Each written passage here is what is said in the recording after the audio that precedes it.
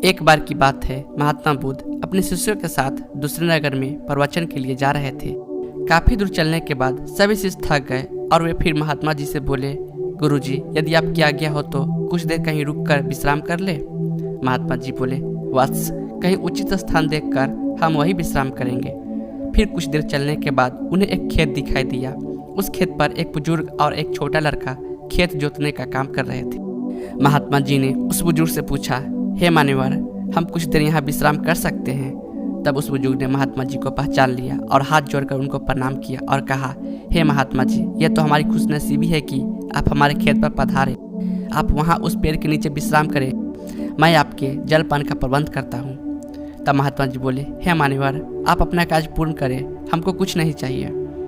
फिर भी वह बुजुर्ग नहीं माने और महात्मा जी को कुछ फल तोड़कर और उन्हें जल देकर वह बुजुर्ग अपने काम में व्यस्त हो गए। तब सभी शिष्यों और महात्मा जी ने फल और जल ग्रहण किया और सभी वही विश्राम करने लगे।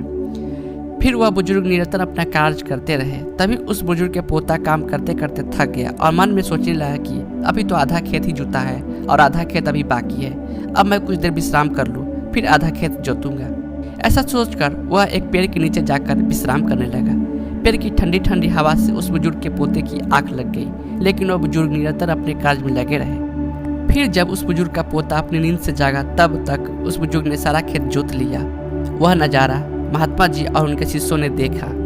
तभी महात्मा जी से उनके शिष्य बोले, हे गुरुजी, इन बुजुर्ग की उम्र इतनी अधिक होने के बावजूद भी बिना विश्राम किए ही उन्होंने सारा खेत जोत लिया, और दूसरी ओर उनकी पोते की उम्र उनसे छोटी होने के बावजूद भी आधा खेत जोत कर विश्राम करने चला गया। ऐसा जोश सराहनीय है। उन बुजुर्ग में ऐसा जोश देखते ही बन रहा है, और वही उनका पोता आलस में आकर विश्राम करने चला गया। तभी महात्मा जी बोले, हे वत्स, तुम्हारा कहना उचित है, पर ऐसा इसलिए हुआ क्योंकि उस बुजुर्ग का ध्यान केवल खेत जोतने पर था, न कि शरीर की थकावट पर।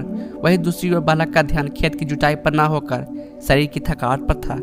इससे हमें यह शिक्षा मिलती है कि अपना ध्यान हमेशा लक्ष्य पर केंद्रित रखिए और अन्य कहीं नहीं। यह कहकर महात्मा जी और उनके शिष्य उस बुजुर्ग का अभिवादन करके अपने मार्ग पर चल दिए।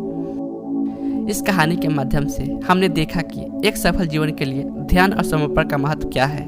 यह हमें याद दिलाता है कि अपने लक्ष्य को प्राप्त करने के लिए हमें समय समय पर विश्राम करना जरूरी है, लेकिन इसका मतलब यह नहीं है कि हमें अपने कामों में आलस्यपूर्वक ढलने की इजाज़त है। सही ध्यान और समर्पण से हम समस्त चुनौतियों का सामना कर सकते हैं और अपने लक्ष्य की प्राप्ति में सफल हो सकते हैं। यह छोटी सी कहानी आपको कैसी लगी? अच्छी लगी हो तो लाइक करें और ऐसी कहानी सुनने के लिए मेरे चैनल को जरूर सब्सक्राइब करें। धन्यवाद। जय हिंद।